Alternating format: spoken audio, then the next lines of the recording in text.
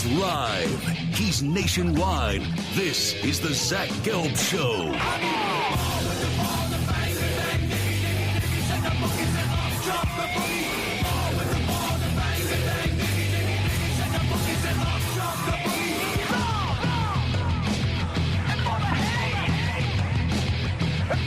Here's your host, Zach Gelb. Live from the Play Show, yet not overly ostentatious studios of 365 Sports here in beautiful New York City. This is day number 3, a Wednesday edition of the Zach Gelb Show on 365 Sports. Welcome, everybody. Appreciate you tuning in. However you do so, as you can always watch us streaming live on YouTube. You can always give me a follow on the good old cesspool of Twitter or on Instagram, where I'm straight flexing at Zach Gelb. That's ZACHGELB. Or you can find me on TikTok at the Zach Gelb Show. Whole lot to do today. Matt Rhule, we will have an exclusive conversation with the Nebraska head football coach coming up in about 30 minutes from now. We did record that conversation earlier today when Coach had some time. There's a lot going on with the Nebraska football team. Dylan Raiola leaves Nebraska. He's going to be at Oregon next year. We'll see if Dante Moore is back. If Moore is back, that means that Raiola, from the way the plan is going to go, is going to sit a season. But I would anticipate that with a not so strong quarterback draft class and Dante Moore in line to potentially be the second overall pick in the draft, that Dante Moore will leave the Ducks and he will go to the NFL and probably be the quarterback of the Jets next season. And if that does happen, then Dylan will go from one Big Ten school in Nebraska to another in Oregon, which is still a wild thing to say, with Oregon just completing their second year in the Big Ten. So we'll talk Dylan Raiola. We'll talk about their new quarterback, Calandria, coming over from UNLV, TJ Lateef. Also a lot going on in the Nebraska rumor mill world when it does come to their special teams coordinator in Mike Eckler. He could be on the move to USC. And also, Matt has an interesting perspective, being a former assistant coach with the New York Giants. John Harbaugh today is in New York, or I should say the swamps of Jersey, technically, and he's at the Giants facilities meeting with the New York Giants. So we'll get a little thought from Matt on John Harbaugh, Mike Tomlin, who resigned yesterday. That news happened live on the air 5 minutes into our show, which was really spectacular and was effing awesome. So there's a lot to delve into, and Sam Darnold did play under Matt. Christian McCaffrey did play under Matt when he was the head football coach with the Carolina Panthers. So we will air you that exclusive conversation with Matt Rhule coming up in about 30 minutes from now, right here on the Zach Gelb Show on 365 Sports. And you can watch, obviously, live at 2:30 p.m. Eastern Time, 1:30 p.m. Central Time. Then at the top of the hour at 3 p.m. Eastern Time, 2 p.m. Central Time, we'll be joined by former Buffalo Bills quarterback, former Dallas Cowboys quarterback, and more notably known for his time with the New England Patriots, Drew Bledsoe is expected to join us today right at 3 p.m. Eastern Time on 365 Sports. I want to do a lot of college football here in the first hour. I will get to a ton of college football coming up in about 5 to 7 minutes. But Albert Breer had this earlier this morning, that ex-Ravens coach John Harbaugh is with the Giants today and is setting up in-person interviews with the Tennessee Titans and also the Atlanta Falcons. Expectation is those will happen over the next 3 days. Harbaugh could still add more, but that's what's on the schedule for now. So I've said this the moment John Harbaugh has become available. Does he guarantee that you're going to win a Super Bowl? No. I know John Harbaugh has won a Super Bowl, but the last few years, he's had a guy that's won 2 MVPs, and the farthest that they've ever gone was to an AFC championship game with Lamar Jackson when they lost to the Kansas City Chiefs, a game I was at M&T Bank Stadium. I wasn't the biggest star in the building, by the way. That was obviously Taylor Swift, who was in the building, who I saw on the field right as the game was ending, as she was running to her mans in Travis Kelce as the Chiefs were going to another Super Bowl. But you look at John Harbaugh, he had a limitation with Lamar Jackson.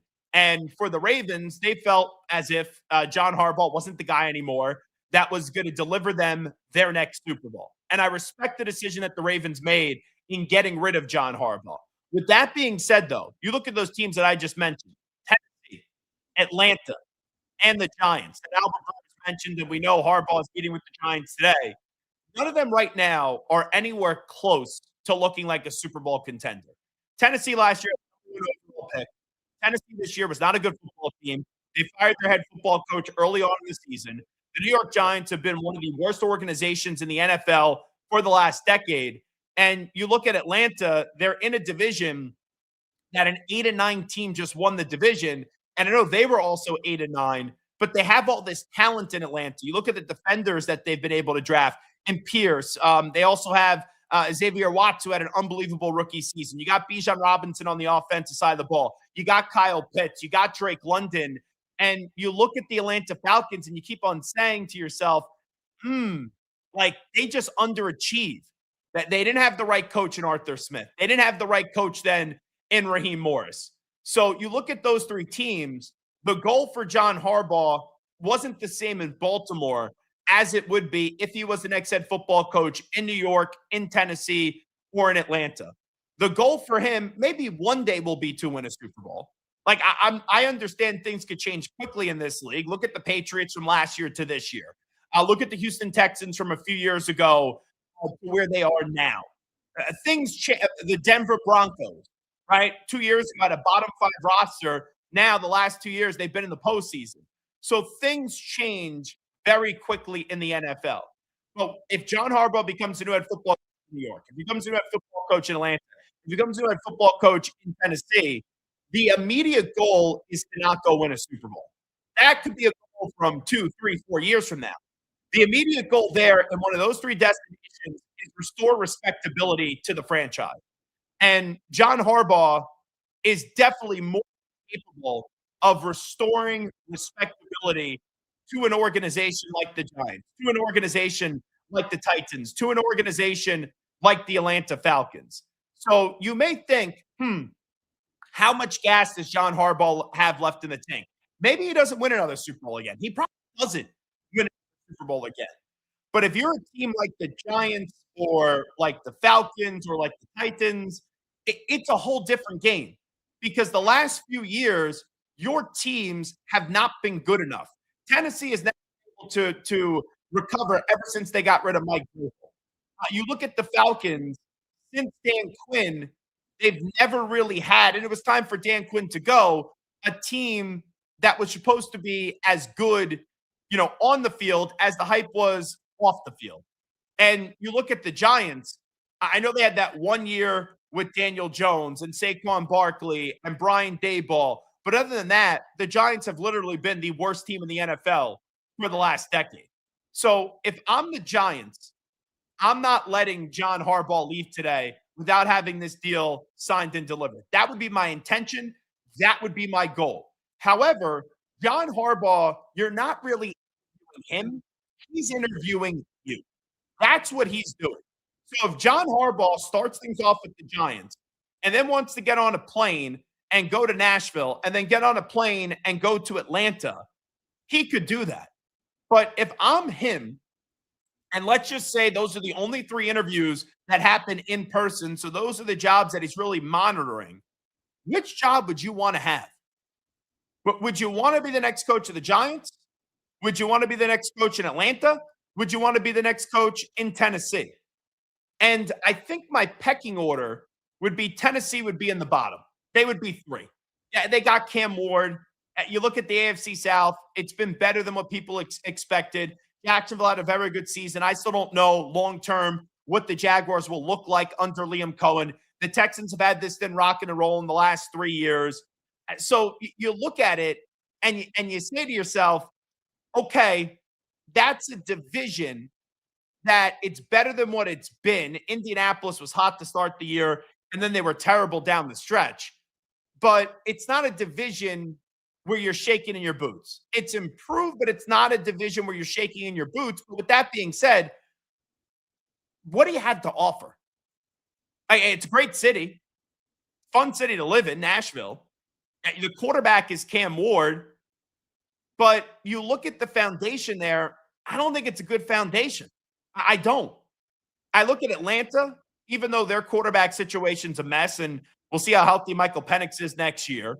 And we still have to see Michael Penix play well, because when you watch Michael Penix, I've always seen this with him. Deep ball throwing, he's fine. But when you ask him to make those middle throws, like down the left sideline, down the right sideline, like 15 to 20 yards. That's when he usually encounters some problems. And you saw it in the national championship game coming out of the second half, Washington and Michigan, where he threw the ball down the left sideline and got intercepted by Will Johnson. So, and now Michael Penix Jr. has had another season-ending injury. So I look at Atlanta and I say to myself, you're in the NFC South. That division's right there for the taking. Like Tampa Bay had their run. Now they got to retool. Carolina, they're 8-9. They were in the postseason. They were sloppy down the stretch. So you look at that division, the Saints, Tyler Shuck, I don't know if he's the guy. So you look at that division is right there for the taking. You got to figure out the quarterback situation, but you got a lot of talent. So I look at the Giants, who do have the Eagles in their division, but the Eagles have all these chemistry problems, but they're the team to beat in the NFC East for the foreseeable future. The Commanders do have Jaden Daniels. We'll see if he can stay healthy. The Cowboys have an offense, but they don't got a defense, and who knows what the future is of George Pickens. I look at the Giants. You got Malik Neighbors coming back from injury.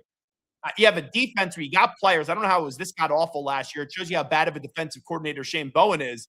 And you got a quarterback in Jackson Dart, who I'm not going to sit there and tell you he's ever going to be a top 10 guy. I'm never going to tell you he's going to be a great guy, as a quarterback. But he did some things with not a lot around him this year that make you say, okay, you have something positive with Jackson Dart. If I was John Harbaugh, I'd probably take the Falcons job. But I just feel that John Harbaugh is going to be the next head football coach of the New York Giants. So that's the John Harbaugh stuff. Now, yesterday, right as the show was ending, we didn't get a chance to react to it.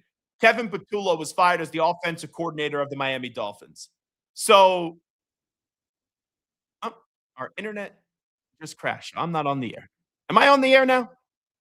I think I'm on the air. It looks like I'm on the air. So it just said our internet crashed. You're off the air. We're trying to fix it. Huh. But here's the thing. I think I'm on the air right now. I still think I'm on YouTube. They tell me I'm not on YouTube. I am on the air. How about that? Well, folks, that's what happens here with sometimes when you're doing a show with people that are not there. And the chat's telling me I'm on the air. So I'm going to keep on talking like I'm on the air because people tell me that I'm on the air. We can still hear you fine, Zach. People just texting me. You're on the air. All righty. So we're on the air. I don't know if Garrett has me at all. So I don't know how we're going to take a break. And eventually we're going to go to Matt Rhule. And now I'm getting a bunch of texts that I am on the air. Okay. So I am on the air. Thank you. Anyway, let's get to the Kevin Patullo stuff. So Kevin Patullo fired as the offensive coordinator of the Philadelphia Eagles. Here's the thing. I have been critical of this guy as a head coach in Mike McDaniel, the former head football coach of the Miami Dolphins. I don't think he's a head coach in this league. He has interviews set up to be a head coach once again. I don't know if he gets hired this cycle. If I'm the Philadelphia Eagles, I would go on out there and I would hire Mike McDaniel. That's what I would try to let him go through the cycle. You could wait to find an offensive coordinator. If somebody else comes along, you don't want to wait for Mike McDaniel anymore. Boom, you go get him. You go get someone else and you let Mike McDaniel wait. But I would wait for Mike McDaniel because I think Mike McDaniel can use the Eagles, and I think the Eagles could use him. Mike McDaniel, a few years ago, when he had Tua Tagovailoa, Tyreek Hill, and at the time, a no going back in Devon Achane, put up a 7-burger up against Devon. That's what he did as a head coach in this league, as an offensive-minded head coach in this league. So, with that being said, if I am Mike McDaniel and I get shut out of the head coaching cycle, can I go be the offensive coordinator of the Detroit Lions? Yeah. But I would rather go to Philadelphia, where you have Jalen Hurts, Saquon Barkley, as they say on the internet, Saquon Barkley. You got DeVonta Smith. And also, if Mike McDaniel's coming in, I think Mike McDaniel can keep A.J. Brown around for another year in Philadelphia, or at least try to run it back with A.J. Brown in Philadelphia for one more year. Mike McDaniel just had to deal with Tyreek Hill. Say what you want about A.J. Brown. He is not as much of a pain in the ass as Tyreek Hill is. And Tyreek Hill had a nice warm and fuzzy relationship with Tua Tagovailoa in the beginning, but then that did change.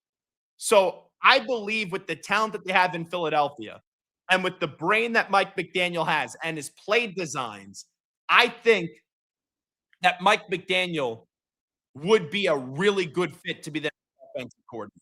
And if Mike McDaniel goes and he's a head coach somewhere else right away, and if he's a head coach right away, I don't think it's going to work. If I'm him, I would reset. I would go be an offensive coordinator. And I think then in a few years from now, maybe a year or two from now, it doesn't have to be like 3 or 4, you'll be a hot commodity again. Because the Eagles need a better offensive mind in there. I had Kellen Moore, who I thought was a little overrated as an offensive coordinator, but they won a Super Bowl with him.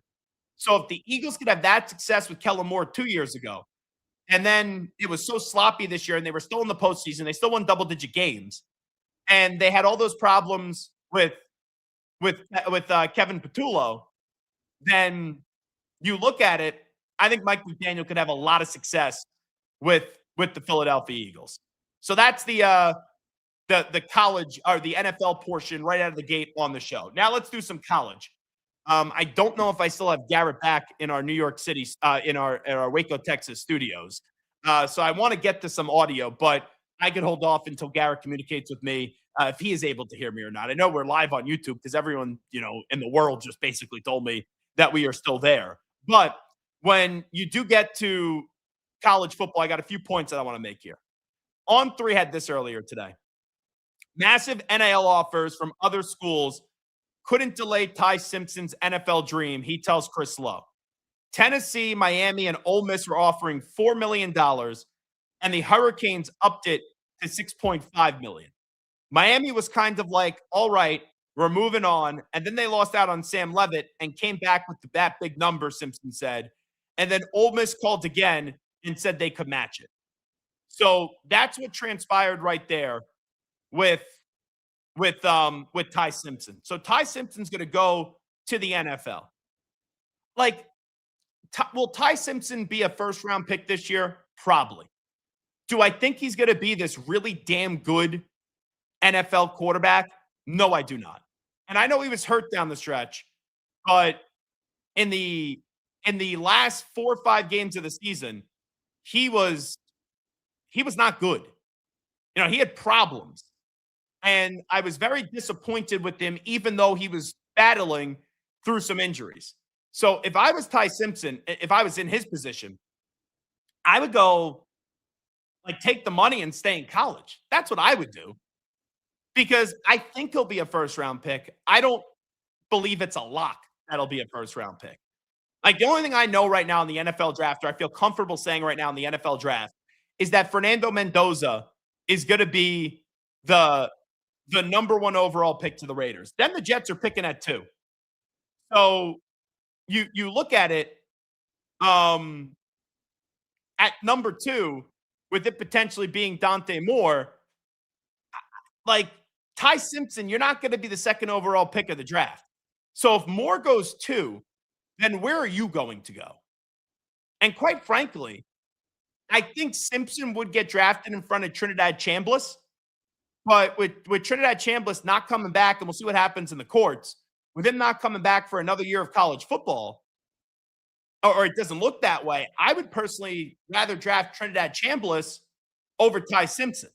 So I look at this, and I see the way that this is playing on out. Ty Simpson, you may be a first-round pick. It's not a lock. You probably will be a first-round pick. So if you could go make the numbers that were reported there, and you could go to Miami, I would potentially do it. I would. But the Hurricanes up that offer to $6.5 million. Is your tape that polished right now? Right now, your tape isn't that polished, and you may be a first-round pick. You go to Miami, where they just had Cam Ward happen in the transfer portal.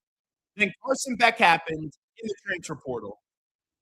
If I'm him, I would really contemplate going back to college and going to Miami.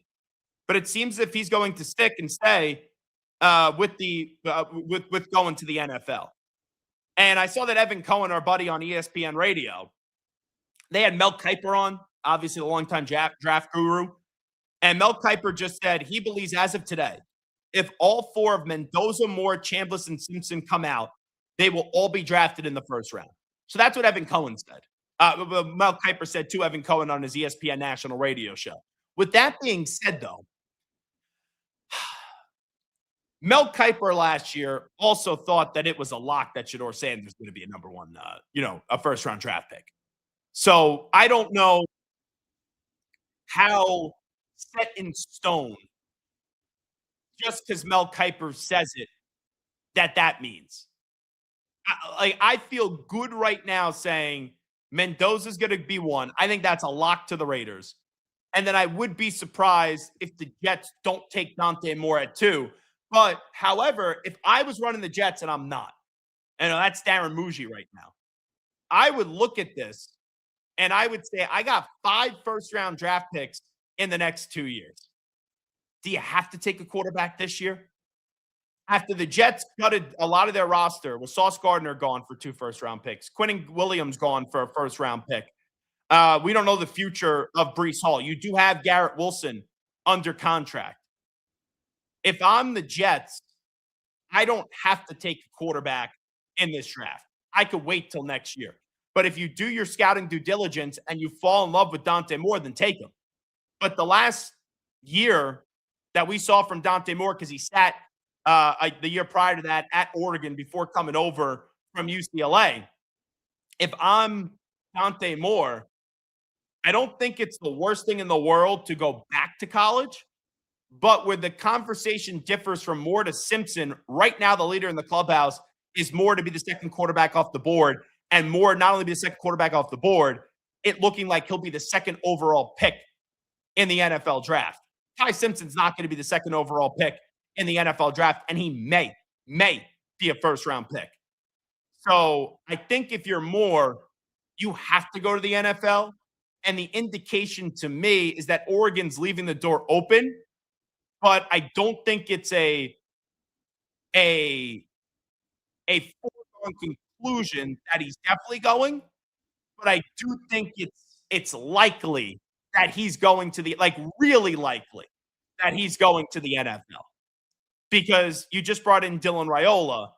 Do I think Raiola, when he says, yeah, I'll sit a year if Moore comes back, do I think Dylan Raiola, when he goes to Oregon, is thinking that, yeah, Moore's probably coming on back and I'm going to have to sit a year? No, I do not.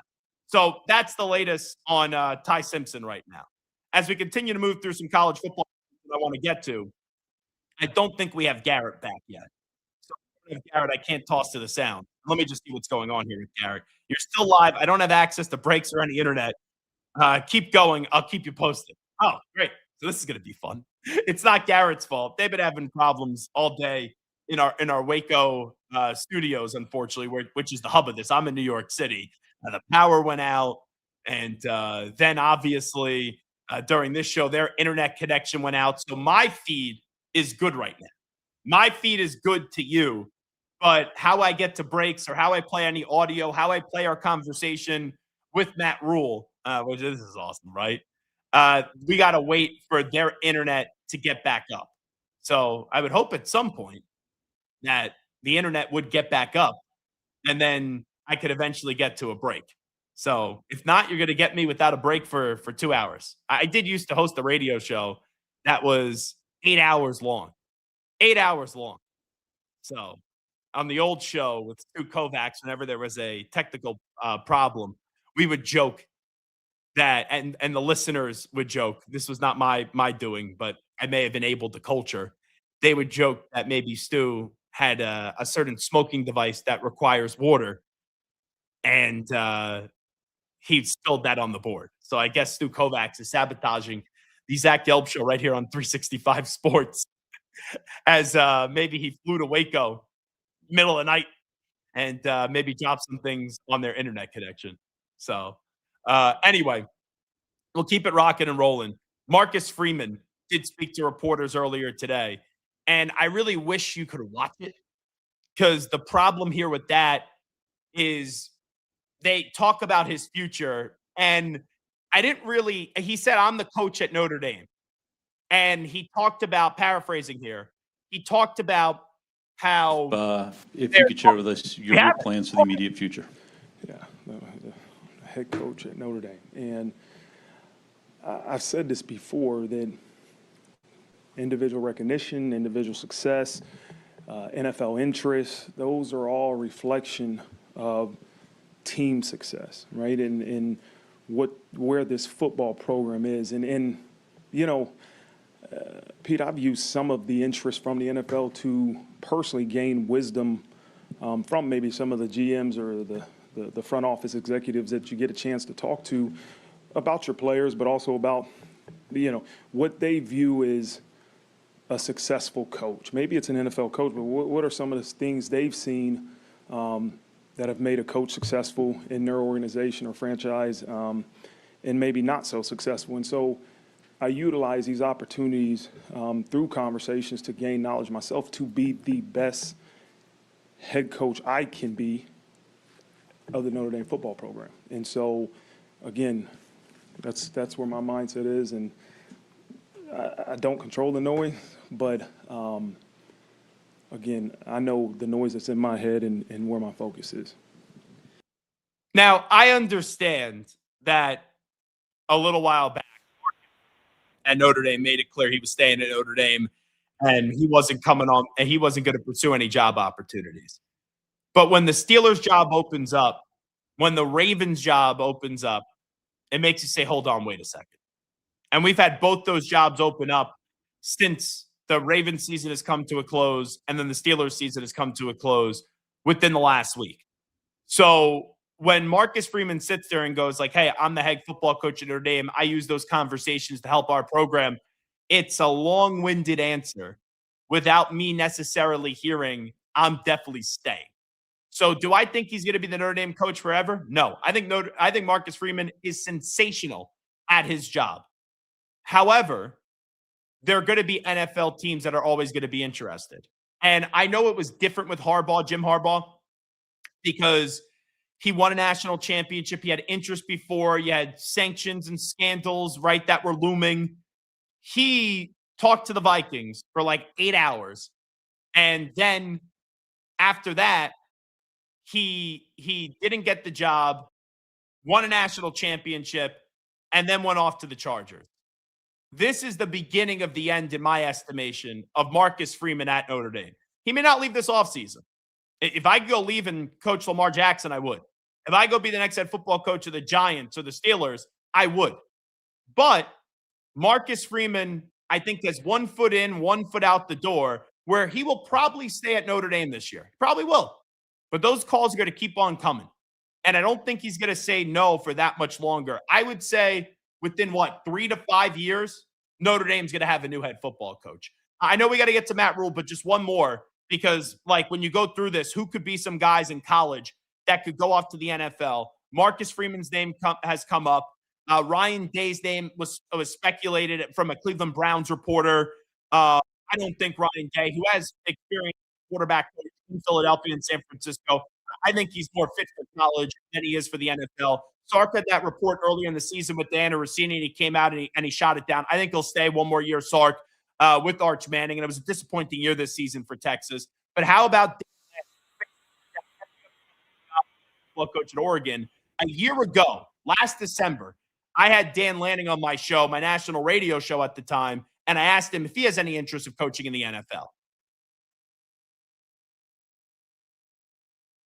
When you get a job like Oregon, you wouldn't be expecting so many people to try to get you to leave. Oregon's a great job, but you've been through this now numerous cycles, whether it was Auburn or it was Alabama. And now once you go through all the colleges, they're like, oh, Dan Lanning may be going to the NFL, and there's NFL interest. Has that ever crossed your mind, Coach, just wondering about maybe one day coaching in the NFL?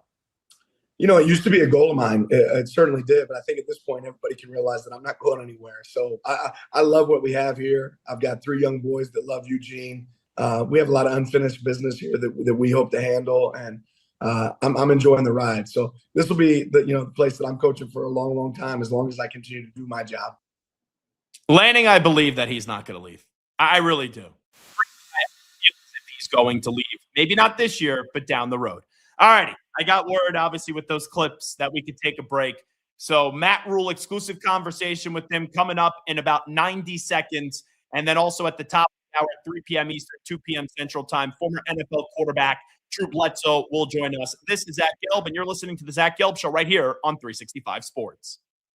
4-burner, side sear burner with Clearview glass stainless steel grill from Monument Grills. Made of tempered glass, which is strong, insulated, and allows you to check your grilling without lifting the lid. Our porcelain-coated cast iron cooking grids offer a large cooking surface of 513.3 square inches, primary cooking area, with even heat cooking. The Monument Grills include LED control knobs and are easy to light with pilotless electronic ignition. Better grilling, better value, Monument Grills. Protect your online privacy with NordVPN. Browse securely, access content from anywhere, and keep your data safe with military-grade encryption. Whether at home or on the go, NordVPN ensures your digital freedom. Stay secure. Download NordVPN today at nordvpn.com. That's NORDVPN.com.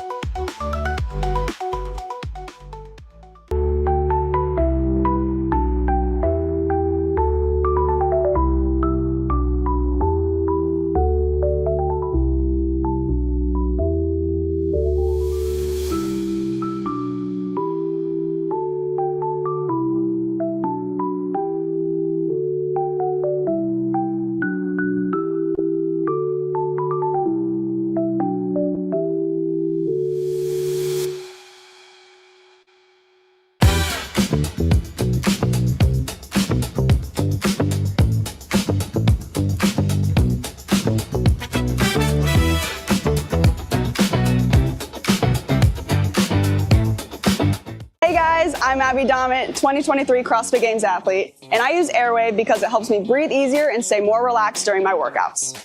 1, 2, 3, 4. Very discreet.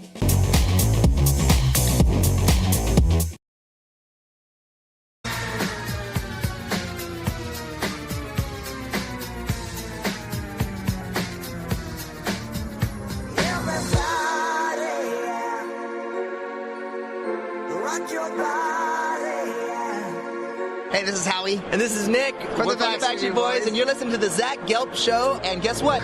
Zach is back. All right.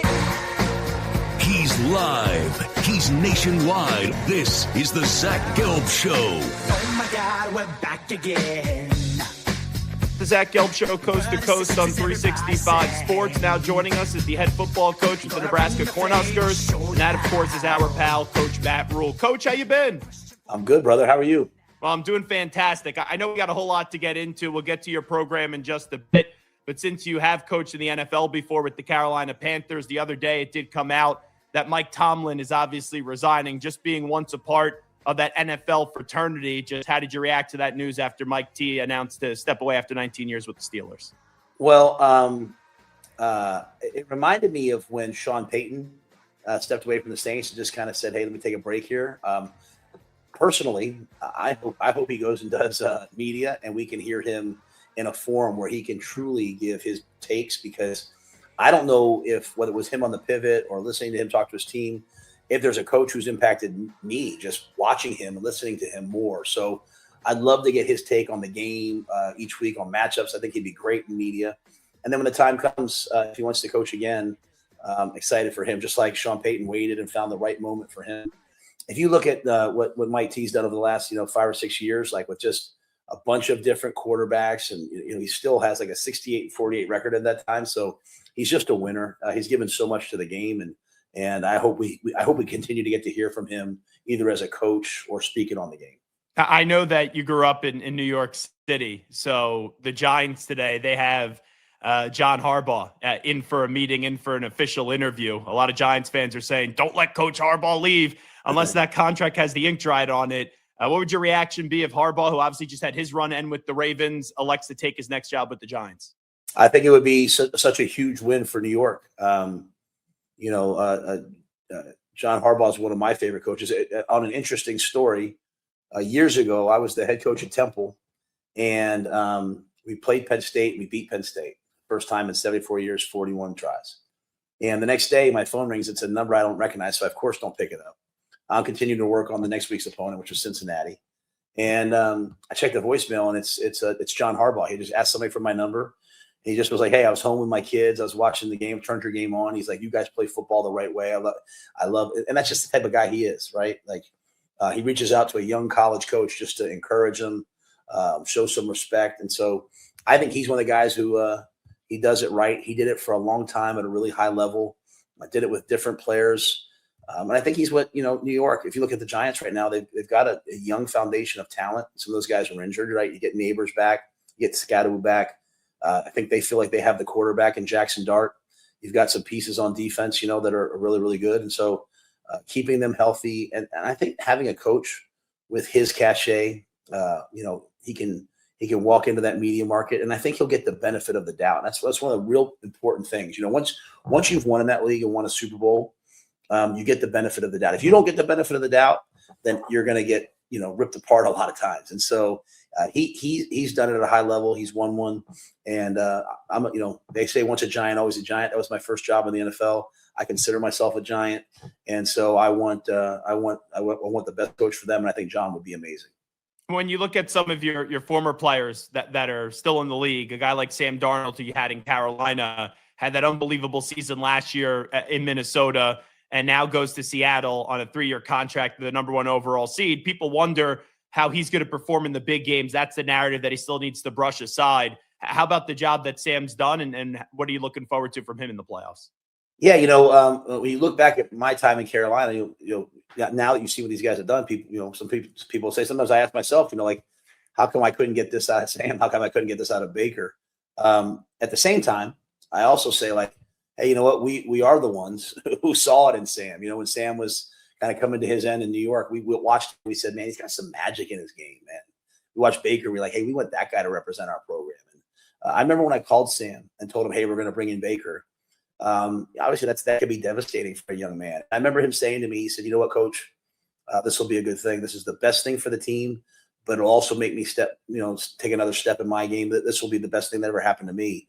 And when you have someone who has that mentality, they deserve something good to happen. And so got to go to the Niners, got to go to the Vikings. Now he's up there, and he's finally getting his due. I think it's a great lesson for everybody. Stop judging quarterbacks on their first, second, or third year. Like, let them mature, let them marinate, and once the game starts to slow down for them at this level, good things happen. So I expect him to play his best football. They've got a great team, they've got great pieces around him, and he still brings a mobility that I think you're going to need in playoff games. You're going to need to run for a first down at some point under pressure. You're going to need to extend a play and make a throw. And so I got some really good friends on that staff: Frizz Jackson, Jake Peets, guys who work for me, and they'll tell you he's playing his best football. And I think he's going to get it done. And the team they're going up against, you have a lot of connections to. Obviously, we all know how good of a coach Kyle Shanahan is. Christian McCaffrey was with you with the Carolina Panthers, and when you were at Baylor, you did go up against Brock Purdy. It's amazing. I know there's a next man up mentality, and it usually sounds cliche, but the amount of injuries the Niners have suffered this year, Coach Rhule, and to still see Purdy and McCaffrey and Kyle Shanahan going strong and being a win away from going to an NFC title game, it's really respectable. I think there's, so I flew to Philly with my son. The portal kind of got done on Sunday, and I don't know if I'd slept for like 12 straight days. So I flew there with my son, our GM, Pat Stewart, and we went to the Eagles game. And we have some friends, obviously, still in Philly that have tickets, and watching the Niners up close. And I think there's two things.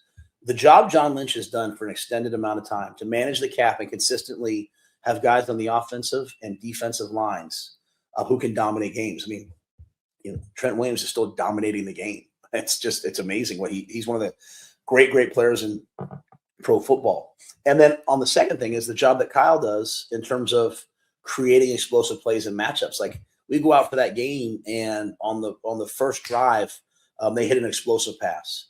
And, the way in which they use all their players to their strengths, and they create angles, they create leverage, they create explosive runs. So you then have to defend the run, which opens up the pass. And they've got a team that's not afraid to go be at their best in the fourth quarter. That's ready for that. So I think they've got great players.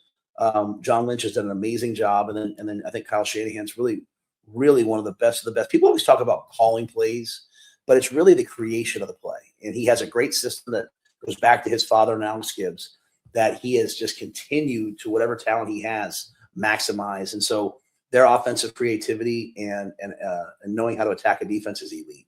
Matt Rhule here with us. Let's get to your Nebraska Cornhuskers. So this is now wrapped up year 3. You're going on to year 4. You talk about the portal. We'll get into all that craziness in just a second. But through 3 years, how do you look back at last year and with what you've accomplished through 3 years, where do you think this program is headed under your watch? Yeah, last year you could only define as disappointing, to be quite honest. Right now, I'd say what we've come from what we've come to where we are to go to bowl games, back-to-back bowl games for the first time, to be bowl eligible, because they went in 2016, 2017, but the one year they got the APR exception. They didn't win enough games. But to go back-to-back years to bowl games, be bowl eligible for the first time since 2013, 2014, I think that's progress. It's just not enough progress for me. It's not enough progress for our fans. And, we had a tough end of the year. And so if you look back at that, though, we were 3 points away from Michigan. We're 4 points away from USC. Michigan was beating us 55-something 2 years ago. So we've definitely made progress. And to be quite honest, we've been trying to build the program slowly and methodically. What we now have is a system where we have the money that everyone else had. And people don't always want to hear that. But make no mistake, money doesn't make sure that you win. Having money for players doesn't mean that you're definitely going to win.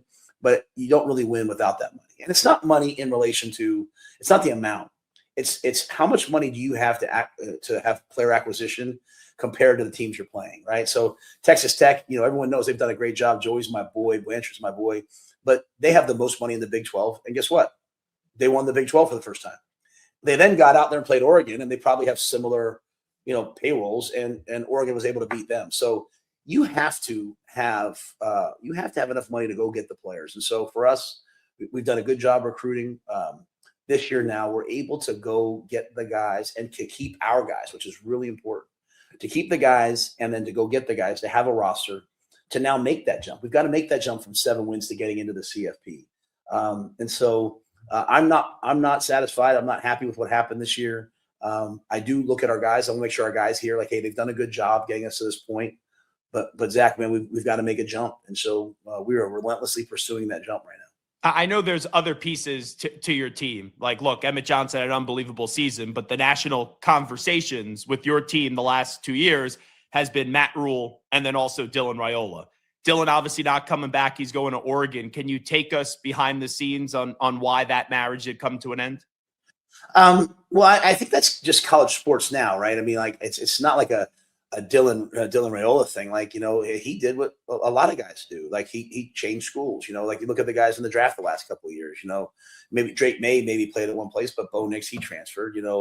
Jane Daniels, he transferred, and it's the portability that's in college athletics. And so, when we took Dylan, we had visits set with Sam Levitt, with Cam Ward, with Kyle McCord. Kyle McCord came on a visit, and I went the young player route. And now when you look at college sports and when you look at Indiana, it's probably not the way to do it anymore. It's probably to get an older team, to play with a veteran quarterback. And so I love Dylan. I love what he did for the university coming here.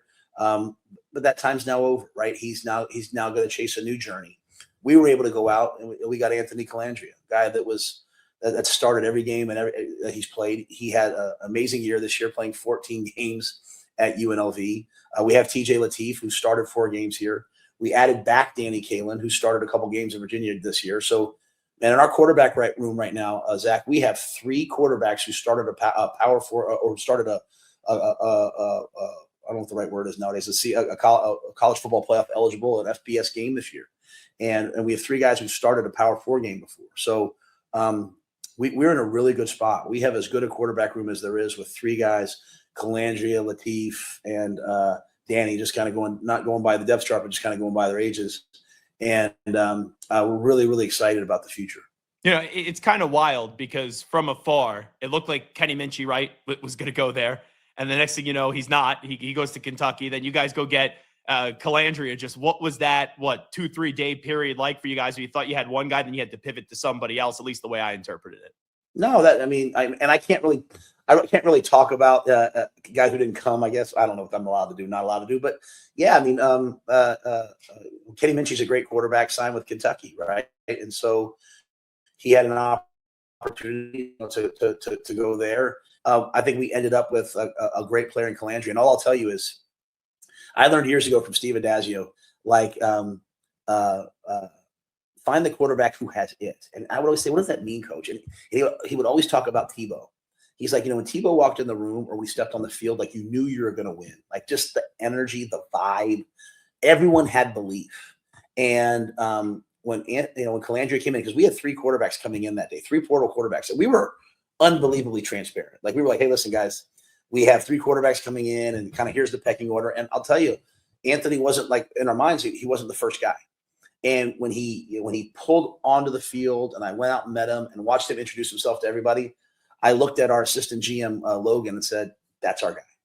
And it's not because of his throwing motion, not because of his completion percentage, all of which are great.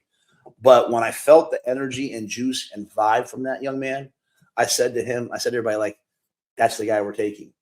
When TJ Latif stepped on the field at UCLA, our team played free. They played with joy. They played with belief. TJ got injured at the end of the year, and he still battled for his team. So, like, we got one in him. Danny Kalin, like when he was here as a freshman, I'll never forget. He got up in front of our team and sang, and we put it out as a video. And my wife was sitting there, and my wife said, "That kid's a winner. Like the guys are going to follow him." And so I just think there's something to their personality, their demeanor, the way people respond to them. And when Ant came walking through here, I was like, "That's my guy." And so, this is like free agency. This is like the draft. You get to know everybody. You explore all options. The kids that don't come here, they got to make the best decision for themselves. I don't behold anything other than, hey, go do what's right for you. But we got us one, and we feel really good about it. Matt Rhule here with us for a few more minutes. Zach Gelb here with you on 365 Sports. Make sure you subscribe to us on YouTube. So with the portal, because when you were at Temple, when I first met you, there was no portal, right? When you were at Baylor, there was no portal. It's different now, but you've had a few years under your belt just in managing it, and you kind of learn by trial and error. Just what are the things that you learn now where you get comfortable with the transfer portal in this landscape that really has no rules? Right. Well, I think the biggest thing is we won at Temple with older teams, and we brought in freshmen. We played them. We lost. We played them the next year. We kind of won a little bit. And then the third year, we got to the conference championship game. We lost. And then those same kids, the fourth year, in all of those places, they won the championship. And we went out there with a bunch of grown men who did it. I came here and I tried to do the same thing. And,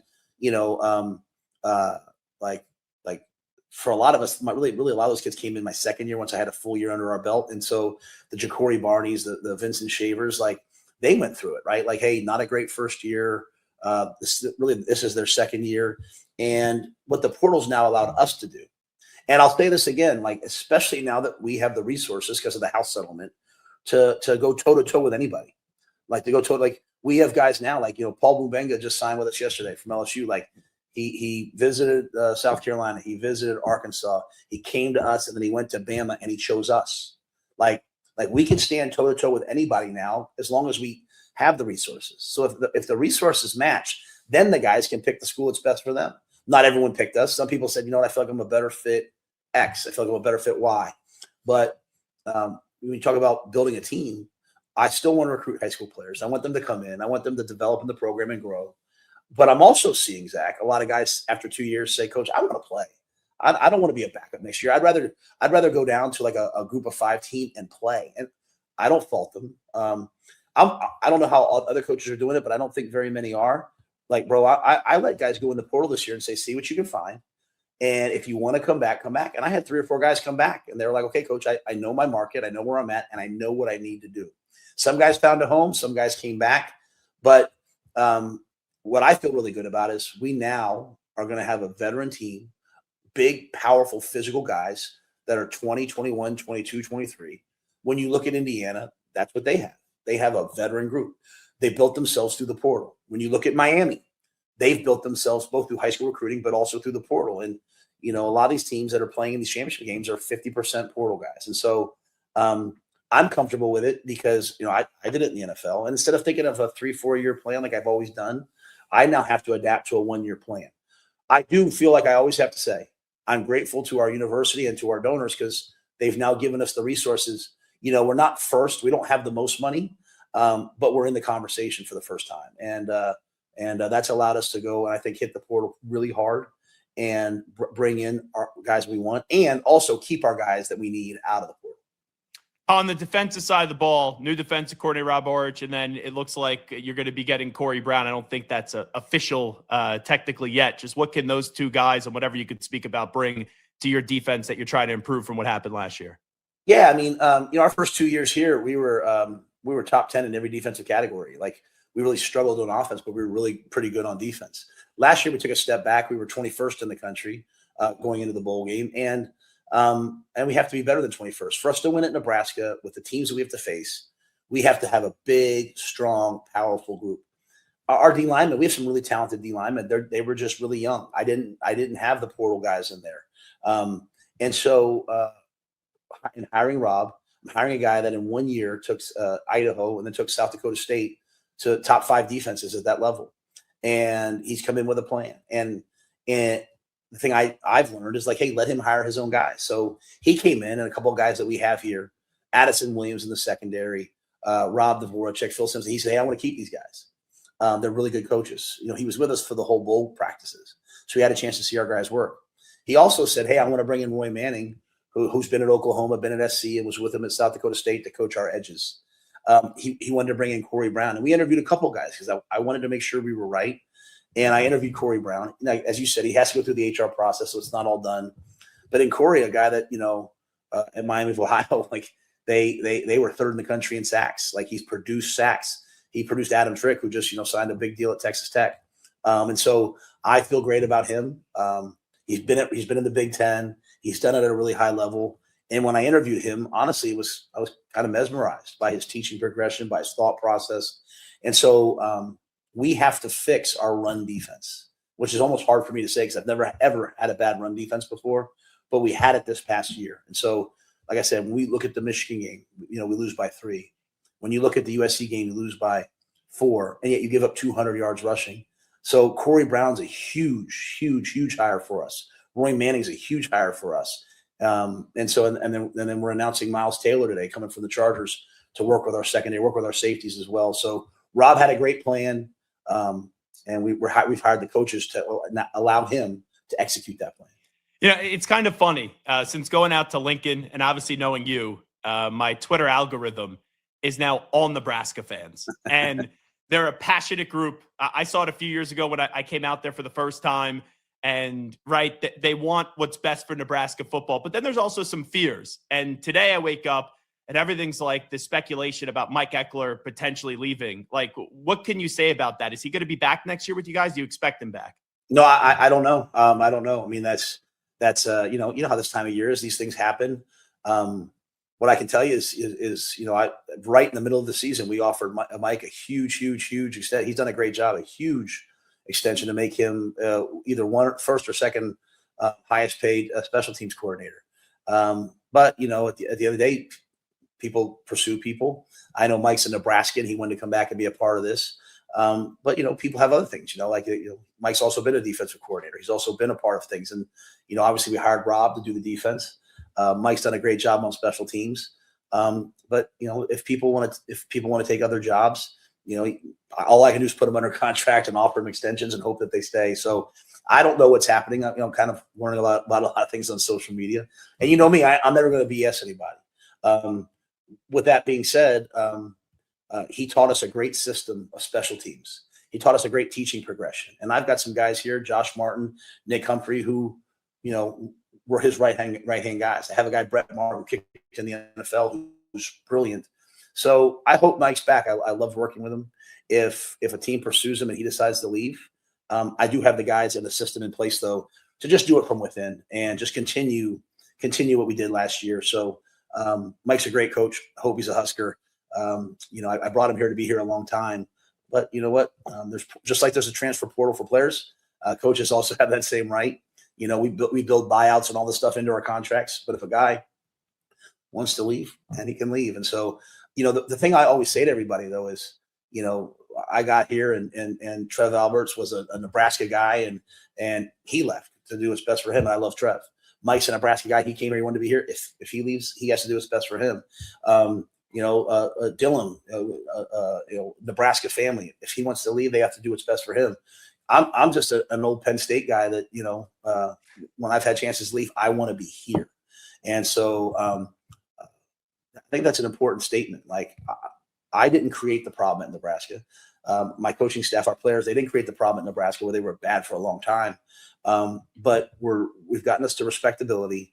Now we've got to get us to dominance. And so I'm only going to worry about the guys, who are here and want to be in the foxhole with them. And we're going to find a way to get this done.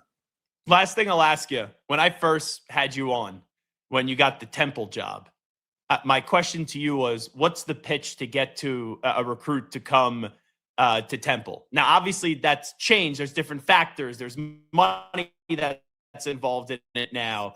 When you get away from the dollars and the cents from NIL, like, what is me coming to go play for Matt Rhule, if I'm a 17 or 18-year-old, or even a kid that's in the transfer portal, what's that pitch now when it gets away from just money? Well, if they want to be a part of the best, they come here. Like next year, we play 3 CFP teams. We play Oregon, we play Ohio State, we play Indiana. So you have a chance to come here and play against the best. We play against Iowa, Illinois, Washington, top 25 teams. We play 6 ranked teams next year. So you want to come here. You want to play against the best to put it on tape. We have the best facility in the country. The best facility in the country is here in Lincoln, Nebraska. You've seen it. We've got the best fan base in the country. We've sold out games since 1962. We still get an education here. And a lot of kids are coming in. They're like, well, I've been to class in 2 or 3 years at my last place. Like, no, you still get an education here because, you're a great player. You go to the NFL. You have a great career. You play 8 years. You get there when you're 22. You leave when you're 30. There's a lot of life left. You get to come live in a great place. I don't know why you wouldn't want to be a part of that. You can come get a great education to set up the rest of your life. You can come to the best facility so you can maximize yourself. You can come be around a great coaching staff, many of whom have been in the National Football League. Like Thomas Fidone went to play for the New York Giants, and he's back here. He got hurt. He's back here rehabbing himself. And as he said to me, like the NFL demands have been easy, coach, because everything that we do at Nebraska is prepared me for the schedule and the rigors of the National Football League. So come play in a beautiful stadium in front of a great loyal fan base. Be covered by a great media. Our media is like being in the NFL.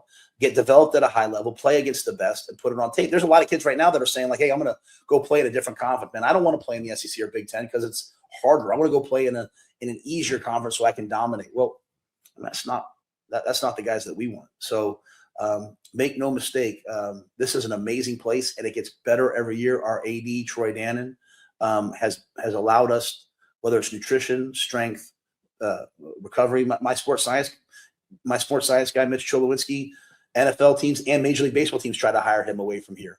That's how good the people are that are here. And so, it's been a long time since we were great. So our passionate fan base is always kind of worried, like, man, I haven't been able to do it overnight. Indiana did, and I have not. And I have to own that. But you know what? We are creeping towards it, and we're going to freaking fight. Like I said, there's a foxhole, and a bunch of guys just jumped in the foxhole in the portal. A bunch of guys didn't take the easy way out and go somewhere else. They stayed because they want to be in the foxhole. And we've got a bunch of fans who are in the foxhole with us. And you know what? I want to be a part of that if I'm a player. You got a thought on that national championship game, by the way, on Monday between Indiana and Miami? I think it's going to be a great game. I think it's very interesting that the defensive coordinator for Miami also played in Indiana. I have a lot of respect for what Miami's done. I think I could watch Malachi Tony play all day long, and their defense is great. I think it's going to be a great game. At the end of the day, I'm a Big Ten guy, so I'm going to be out there. I'm going to be out there rooting for Indiana. I think it sends a real message when you look at the last 3 national championship games that those are Big Ten schools playing in that game, and so there's still sometimes a bias towards other things out there. And I think they're all great conferences, but it's different playing in the Big Ten. And I think the bowl games and the playoff runs, and now the national championship games over the last 3 years prove it. So I won't say too much more because, we got to find a way to get ourselves those extra 4 points against USC, those extra 4 points against Michigan. The end of the year might deter that a little bit to some people, but if you go back and look at who we were, you know what? I feel good about where we're at and what it takes to play in the Big Ten. So I'll root for Indiana. I think that they've done something really, really special. Matt, really appreciate the time. Can't thank you enough. So much. Appreciate you doing this. I'm proud of you, bro. I love what you're doing, man. I love this. I'm going to subscribe right after I get off this podcast. Well, subscribe and send some Runzas, all right? Runzas and Casa Bavina gift cards, okay? The Casa Bavina and the Runzas are on their way, brother. You got it. There he is. He's Matt Rhule. Zach Gelb here with you. This is 365 Sports. We're coming on back after these short messages.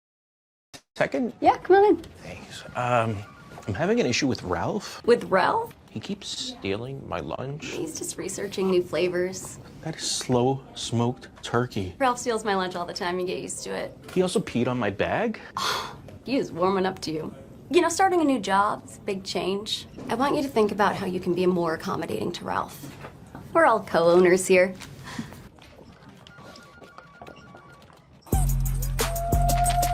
If I'm only wearing one suit this summer, it has to be Tuileries Performance Linen.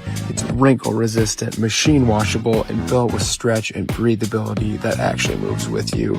It'll keep you cool, sharp, and stress-free at your next event.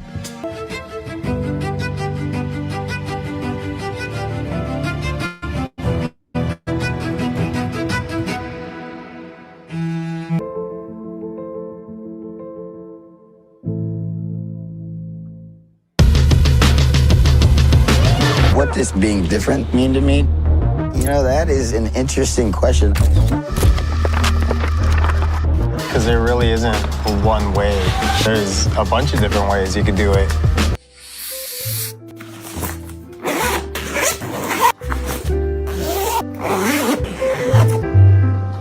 But love is passion.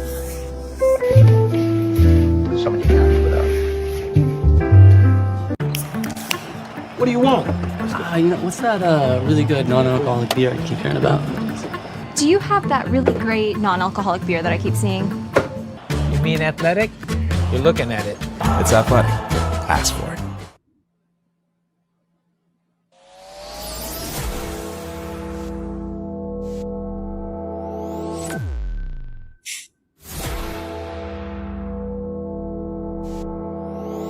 He's live. He's nationwide.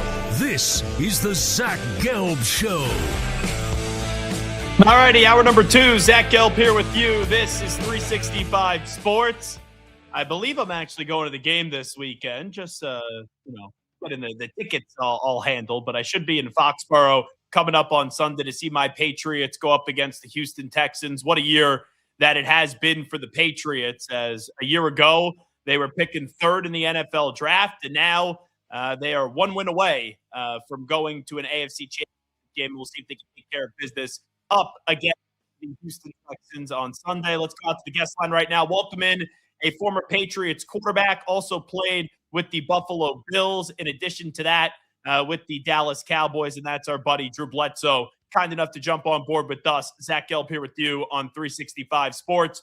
Drew, appreciate the time. Thanks so much for it as always. And how you been? I think we're trying to connect with Drew. We should have Drew there. I'll see if we get Drew up on the screen. Maybe we're just having some connection problems. I thought Drew was there. So we'll try to get this taken care of behind the scenes. Apologize for that. Good conversation, by the way, with Matt Rhule. And by the way, we do have breaking news in college football. Dante Moore is going to be returning to Oregon. I thought Dante Moore for sure was going. I thought for sure that he was going to the NFL draft. Dylan Raiola already committed there. Raiola's coming off the injury. So I guess they're going to do what they did with Dylan Gabriel. And they're going to have when Dylan Gabriel, Dante Moore was there. Moore's going to sit a year, which he did. And then Gabriel had his year, and then Moore took over. Now Moore's going to come on back, and you're going to have Dylan Raiola sit for a year. So we're going to try to get one more time. We're going to try to get Drew Bledsoe on momentarily. I think they're having connection issues with the internet back in Waco, Texas, where our technical setup is. So let me just do this. And I know this doesn't make for the best radio necessarily, but I'm going to just send Garrett Ross a text as we just try to get this squared away. And we apologize to Drew Bledsoe here as we're trying to get him up as their internet connection crashed, which does connect us. I'm based out of New York City. So we will try to get this taken care of momentarily. Folks, there's just some days when you do this, and I've now done this long enough, where there's just technical problems after technical problems when you do host a show like this. It's just one of those days. So I will have Garrett take care of this behind the scenes. We'll try to get Drew up. And if Drew is still on in this chat, Garrett will be reaching on out to you and be trying to get this squared away. So I apologize for that. But good conversation with Matt Rhule. And Drew just texted me. It says he's backstage. So Drew could hear everything I'm saying. So Drew, what's going on right now is I'm in New York. There's a guy in Waco, Texas, and the guy in Waco, Texas who connects all of us together, Garrett Ross, who does a great job producing. The internet just went out there. So somehow I'm still live, but they can't get you connected in. So I apologize in advance. I think Garrett's going to reach out to you and try to figure out how we could do this. Maybe we could just pop him on via phone, as I do appreciate Drew trying to make some time with us. So I'm going to continue to do the show, and hopefully they connect through and take care of Drew. And I apologize about that, Drew. But anyway, when we get back to the Dante Moore news, that's the big stuff here, where he's now going to be going back to Oregon. And I think there's a difference. Oh, I think we have Drew.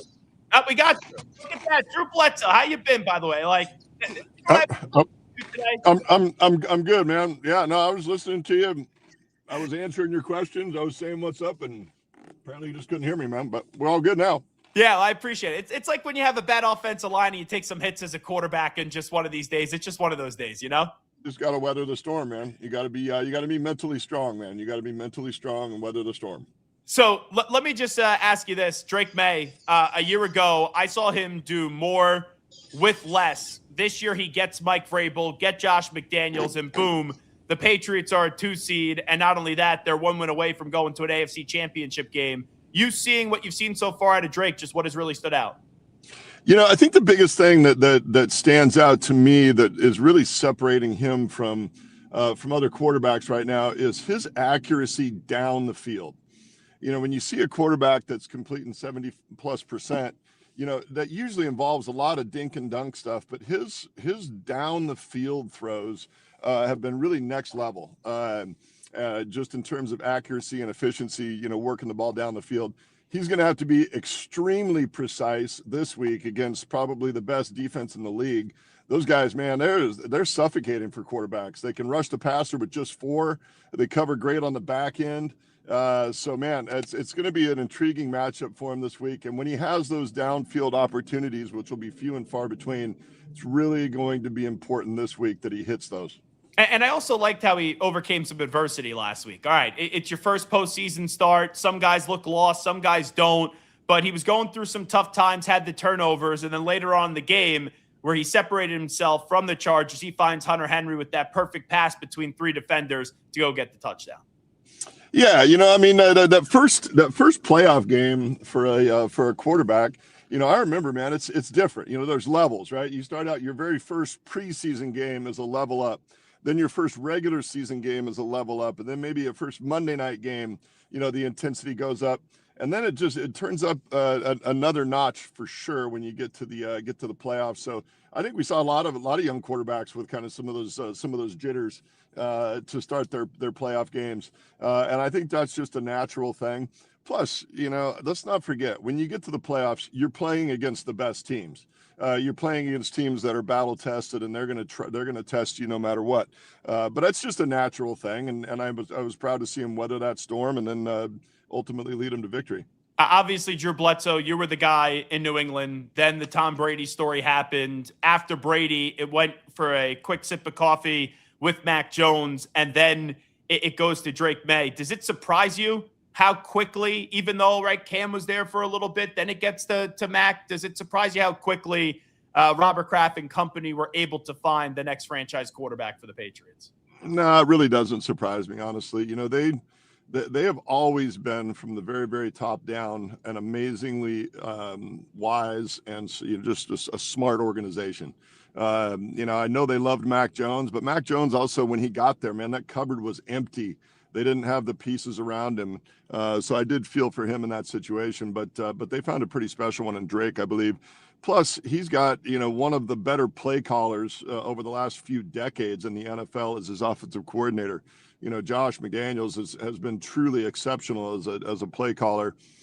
Got to be in the very, very rarefied air of the top 1, 2, 3 play callers in the league. And that relationship between a coordinator and a quarterback is so important. And it's one of the reasons that I feel for Jalen Hurts, because I think he's had like a different offensive coordinator every year going all the way back to Alabama in his entire football career. Man, that's a really hard thing to navigate as a quarterback when you've got a different guy talking to you in your helmet, every single year. And but yeah, Drake has some huge advantages. They put some pieces around him. My buddy Vrabel is an exceptional head coach. And then he's got one of the better play callers, in the world right now in Josh McDaniels. So he's got a lot of advantages, and to go with that, he's playing at a super high level. You mentioned Jalen Hurts. So obviously he just won a Super Bowl MVP. Then this year the offense just wasn't functioning. They're going to have a new offensive coordinator after firing Kevin Patullo, like you mentioned. They had the A.J. Brown stuff all throughout the season. I think there's offensive coordinating problems in Philadelphia, but there's also a quarterback wide receiver problem. You being in those conversations when you have a wide receiver who's complaining, how do you kind of navigate through that? Oh man, they're all divas. If any of my old receivers are out there listening to this, you know who you are. They're all divas, man. You got to buy them flowers, and you got to, buy them jewelry and take them to dinner, and you got to do all this stuff and just romance them all the time. Otherwise, they cry. So that's not really a unique situation, to have a problem with the receiver. But, I think, one of the advantages that the Eagles have had is they've had just an absolutely dominant offensive line for the past few years. And that is, where it all starts. I think just getting some continuity and, I really hope for Jalen's sake that at some point in his career, he can have some stability in terms of the coordinator he's dealing with. That's just hard, man. Every single year, to be in a new relationship with an offensive coordinator is a really hard thing to navigate as a quarterback. Do you think the juice is still worth the squeeze? Because A.J. Brown had a few drops in that playoff game, and he's been a pain in the ass all year. Do you think the juice is still worth the squeeze with A.J. Brown? Man, that's hard, man. I'm not in there. I don't want to make that decision, but there's a lot of noise that comes with him. Obviously, a truly, truly great player, but I think that's the question that the Eagles are going to have to answer, is whether the juice is worth the squeeze when it comes to AJ. Doubleback Winery, we'll chat about it in just a second. Drew Bledsoe here with us. So when you get back to your guy, Mike Vrabel, right, who you had a relationship with when he played in New England, and Mike won those 3 Super Bowl championships for the franchise, it's right with him being in New England. Like, they tried Gerard, it didn't work out. Credit to the Crafts, realizing the mistake and going to Mike. I still can't believe that Tennessee got rid of him, but what he's been able to do, I thought they could be a 9-win team maybe this year. I wasn't expecting them to be the second seed in the AFC. No, I'm with you, man. I felt like this year was going to be a step-up year, where they were going to show that they were competitive, maybe sneak into the playoffs, maybe not. And then maybe like next year was going to be, where they were really, putting themselves in position to compete for a championship. But they've fast-forwarded that process. Vrabel is just outstanding, man. His intensity that he brings, the accountability that he brings to the entire team, and he's obviously got everybody bought in out there. I think they all really believe in him, and he's got them playing at a very, very high level in just his first year, back in New England. So hats off to him. He gets great support from the entire organization, but Mike is certainly the linchpin in what's going on out there. And he's really what you're looking for now in an NFL head coach. It's a player's coach, but a guy that's not a doormat. Like, I love Bill Belichick, Drew, but he wasn't a player's coach, and it was clearly his way or the highway. It seems as if the way that Mike goes about it, the Dan Campbells of the world, that's as Sean McVay, that's what really the NFL has become now. Yeah, you can do both things. You can work really, really hard. You can be super accountable, doing your job, but you can also have fun while you're doing it. Being a player's coach doesn't mean that you're a pushover. It doesn't mean that, the inmates run the asylum. You can be a player's coach and still be a hard ass and hold everybody accountable. Those things are not mutually exclusive. And what you see with Dan Campbell, what you see with Vrabel, are guys that have great intensity, that really hold everybody accountable, but then they also actually like really love these guys, and they really, really treat them, in the way that they would want to be treated as players. And there's some accountability that comes when a guy has actually played. And then you see both of those guys, both Dan Campbell and Vrabel, you see them getting in practice and mixing it up with the guys, rushing the passer and, doing that kind of stuff. And I think when guys see that, they realize, oh yeah, these guys actually played this game. They're not just making this up on the fly. They actually did play this at a very high level. So that brings an accountability that's really hard to replace if you're not one of those guys. Do you feel like this is the year for Josh Allen? No Mahomes, no Allen, no Burrow in the postseason, and here they are going to Denver this weekend. Man, I hope so, man. Josh obviously has been such an amazing player and such a great fit in Buffalo. I mean, a guy from the Central Valley that played at Wyoming, then he goes to Buffalo, man. It's just like it's a marriage made in heaven out there. I know they love him. As you said earlier, I played for the Bills for 3 years, and I just have great affection for those fans. I really hope that the Buffalo Bills, someday get to win a championship, because those fans have been so loyal, and they just haven't ever won a championship. I'm really hoping that we get to see that Buffalo New England matchup next week, which that would be absolutely fantastic to watch. But yeah, I'm hopeful for Josh. He's obviously got a tough challenge ahead of him in that Denver defense, which, it's kind of Houston and Denver are the two defenses that you talk about at the very, very top. Huge challenge, to go out to Mile High against a great defense for Josh. But I would love to see that matchup next week, the Patriots and the Bills. That would be must-see TV. Well, with the postseason going on, everyone could enjoy a nice glass of wine. Tell us about the latest with Double Back Winery. Yeah, man, we just released our 23 vintage to our VIPs. We got some great scores. We got another perfect score from one of the critics, 100-point score on our estate reserve. So hats off to our entire team, from our vineyard crew that works so hard out in the vineyard to our winemaking team. They just have continued to kick ass for us year after year. And this 23 vintage, Mother Nature was very kind to us, took good care of us. And then the other Josh McDaniels, my winemaker, he and his team crafted that into a That's his name? bottle of wine. Yeah, my winemaker is Josh McDaniels, which is pretty funny, Zach, because the winemaker Josh and the coordinator Josh, they've actually met once or twice. But our winemaker, he discovered the perils of social media, because he would get stuff on X or Twitter, or used to be Twitter, from fans, and he would get two things. He would get criticism, because nobody ever reaches out on Twitter to tell you you're doing a great job. They would get, what the hell are you thinking on third down? All this BS. And then they would send him game tape of their kids, of their sons playing high school football. They're like, hey, I think my kid could play for the Raiders. I think my kid could play for the Pats. And so winemaker Josh would respond to him as like, yeah, your kid looks pretty good to me, but I'm just a winemaker. I can't really help him out there. So pretty funny that and just ironic that they share that name, and both of them, best in class at what they do. Where are you right now? I saw you in New York a few days ago. It looks like you have a luxury vehicle right now and you're enjoying life. I'm in my big truck. We're on our way up to Montana. We're gonna go do some skiing up in Montana at our place up there. We'd fly, but we got the dog, and I can't bring myself to pretend that he's a service animal. So we gotta hit the road with the dog. But last thing I'll ask you, just because you obviously ended your career with the Cowboys. This year, their offense was really good. Their defense, it wasn't as much. They traded Micah right before the season started. Player perspective, what was your experience like with Jerry Jones, with how hands-on he is with the Cowboys? I really enjoyed Jerry. He's honest to a fault. You never have to guess what he's thinking, and he doesn't pretend that he's anybody that he's not. He loves to be on TV. He loves to be the center of attention, and it's his team, and he wants to run it. So, that's his prerogative to do that. I'll be curious to see what happens with him. They did trade Micah, which obviously, didn't work out very well for him for this year. But they got a bunch of draft picks, and I think when you take Jerry's perspective, how they built that team that won multiple Super Bowls, that was off of the Herschel Walker trade, where they had a whole bunch of draft picks and they hit on a bunch of guys. So I'll be curious to see what they do over the next couple of years with all of those draft picks. Nobody would ever say that they were giving up on this season by making that trade, but it was definitely a trade that was made with the future in mind. To see what they can put together with a whole bunch of draft picks over the next few years.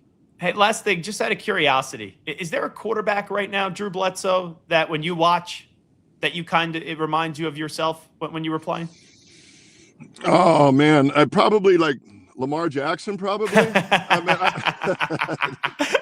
We're both just dynamic playmakers with great speed. I think that's what people always describe me as, dynamic, when I was playing. No, I'm a huge fan of a lot of these guys out there right now. I'm really, really hopeful that Justin Herbert gets to play behind a healthy offensive line one of these years. Really pretty remarkable what he did this year, getting the Chargers into the playoffs after losing both of his all-star tackles. So I'm really hopeful for Justin that he actually gets to have a healthy offensive line in front of him one of these years, before he's forced to beat Andrew Luck and retire early because he just gets beat up. So, but I'm a big fan of everything that's going on the quarterback front, man. These guys are all special. Well, Drew, safe travels. Give the dog a treat for me. We appreciate the time. Thanks for doing this. Right on, Zach. Talk to you later, buddy. There you go. Drew Bledsoe joining us. Zach Gelb here with you. It is 5 Sports. So let's just reset here, because really good conversation with Matt Rhule, then into Drew Bledsoe. Had a few technical snafus in getting Drew up, which was on our end. So let me just go back to what the thought was on Dante Moore here for a second. So I'm actually surprised Dante Moore is going back to Oregon. I believe for his own personal development, if the goal is to be the best quarterback possible in the future in the NFL, this is a smart decision. However, I look at it from the ceiling where it is now. Is Dante Moore right now would be a second overall pick in the draft? Is it going to get that much better? I know Arch didn't have this unbelievable season. I would still be surprised if Arch Manning isn't the first quarterback off the board in next year's draft class. So maybe for Dante Moore, he could be the number 1 overall pick. Maybe that's going to be the case. But right now, you would have a good feeling that if you did return to Oregon, which is not, and he announced it earlier today on SportsCenter about 25, 30 minutes ago, if that's what it is right now, where you could be the second overall pick, don't you just have to go? But I give credit to Dan Lanning here. Dan Lanning has had this system where he had Dylan Gabriel there. Before that, it was Bo Nix. He's utilized the transfer portal. Heck, Bo Nix was coming over from Auburn. And let's be real, when Bo Nix was coming over from Auburn, we called him Bo Nix. And Bo Nix had a good run at Oregon. Then Dylan Gabriel takes over. And when Dylan Gabriel was there in his final season, Dante Moore came over from UCLA. He sat for a year. And then you had the season that you just saw from Dante Moore. But in the playoff game up against Indiana, Dante Moore, with the pick 6, he looked absolutely lost. So I look at this right now, and I see that Dante Moore is going back. I respect the decision for his own personal development. But if I then look at it the other way and I say, is much going to happen this year where he improves where he is at right now in his overall draft stock? I don't think so. So Fernando Mendoza is going 1 to the Raiders. In all likelihood, Dante Moore was going to go 2 to the New York Jets. A year from now, his own personal development could be better. He could utilize this year as the starter, as the guy at Oregon, to get better individually. But then when you project it to the NFL, how much better is it really going to be? And what happens if he gets hurt? If he gets hurt, you go from being the second overall pick to who knows how far your draft stock does plummet. Like, look, a few years ago, Carson Beck, when he was at his final year at Georgia, people thought he was going to be the number 1 overall pick the following season.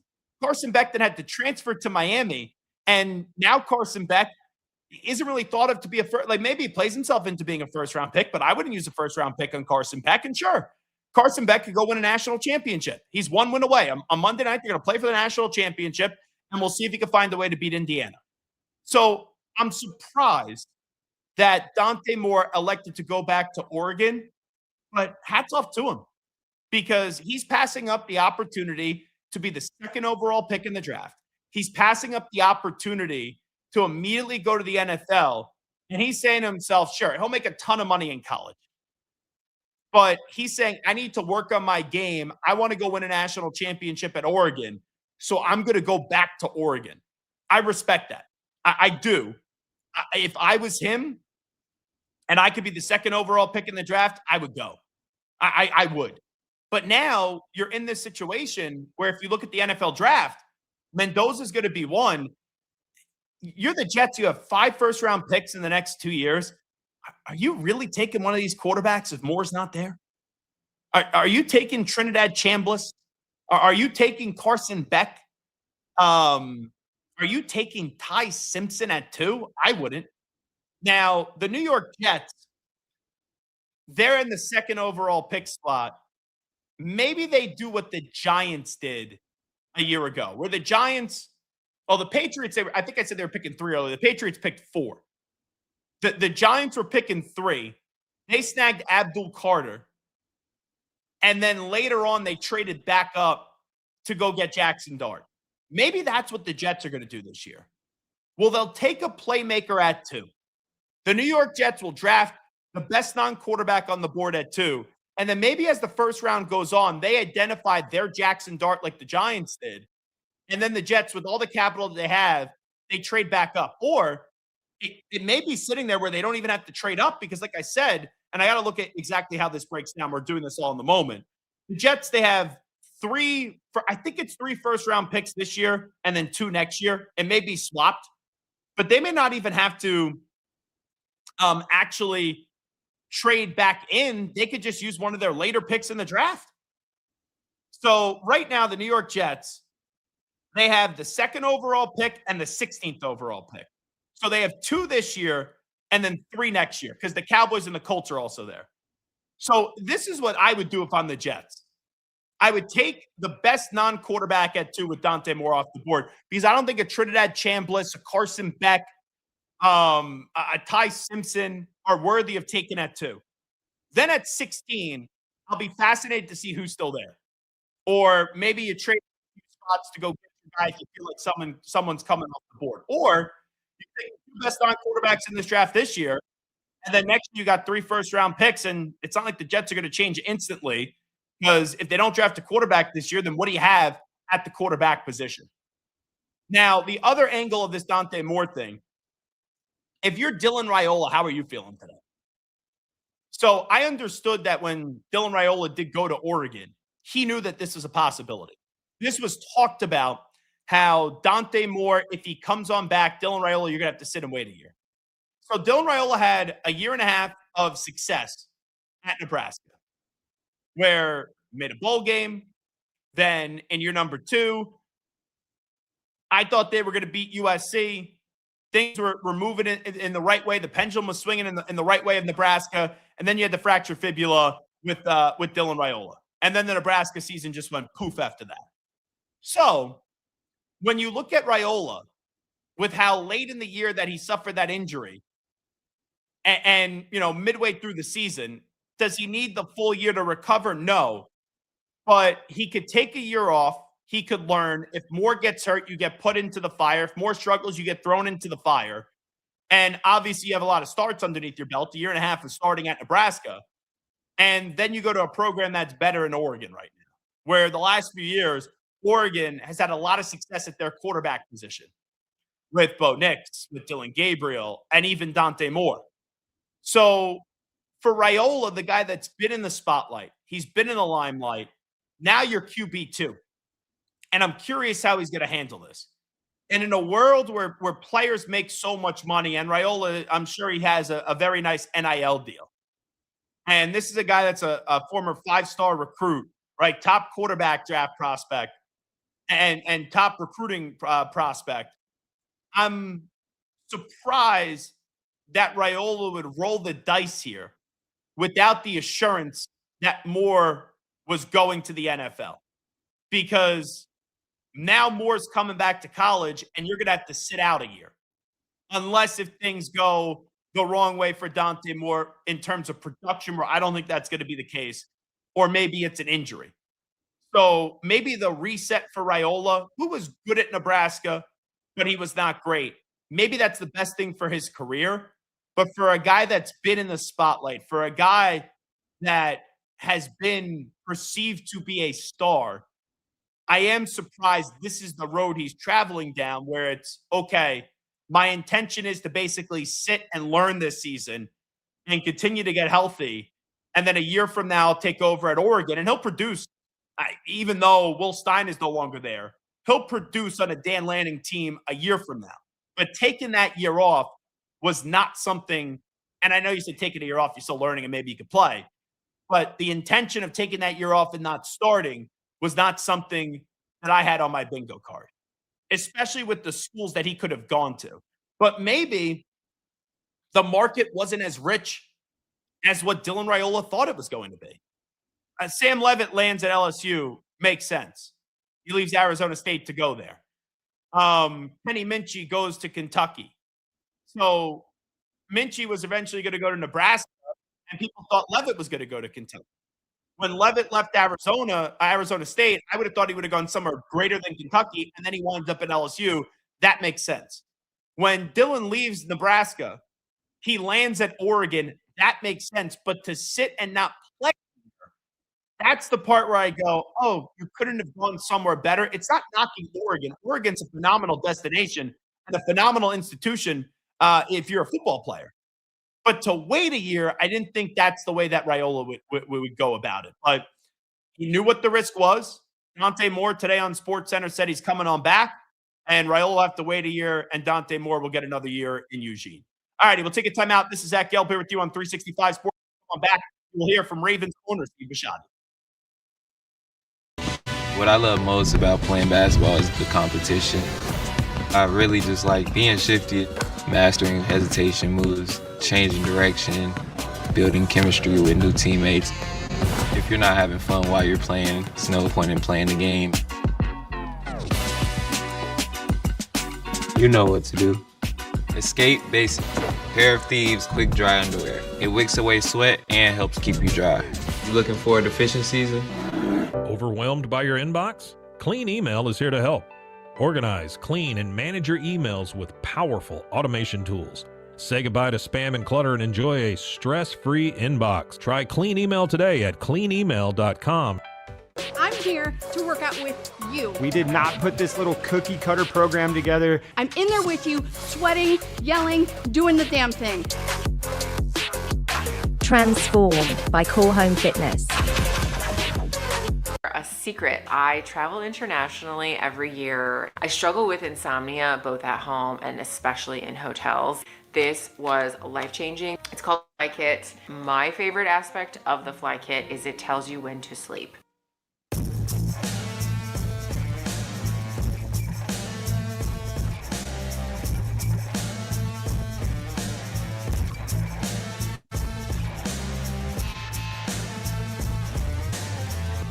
Dude, check out this robe. This is the dude robe. It's perfect for after the shower, gym, or even the beach. This thing is awesome. It also has this super premium towel lining to dry you off right away. Dude, what are you waiting for? Get yourself a dude robe today. At Dreamy, we believe that life can be upgraded in comfort, convenience, and joy.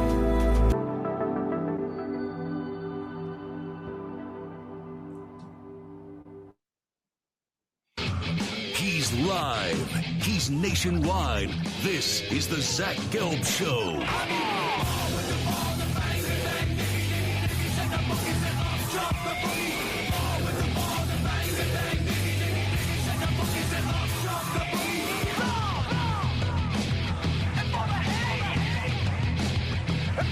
Here's your host, Zach Gelb. All righty, welcome back in. Final segment, Zach Gelb here with you on 365 Sports. We'll get on out of here today at about 3:50 p.m. Eastern time, as we are here weekdays, usually from 2 to about 4 p.m. Eastern time. We got to get out right at about 3:50 p.m. Eastern time each and every day. We appreciate you joining us for another day of the Zach Gelb Show on 365 Sports in our debut week. Make sure, by the way, and I appreciate all of you tuning on in however you do so, you subscribe to the YouTube page on 365 Sports. That is priority number one. So make sure you get us on there. And then after that, you could also go to youtube.com/@Zach Gelb Show and make sure you subscribe there. We want to get you to the 365 Sports page. Subscribe.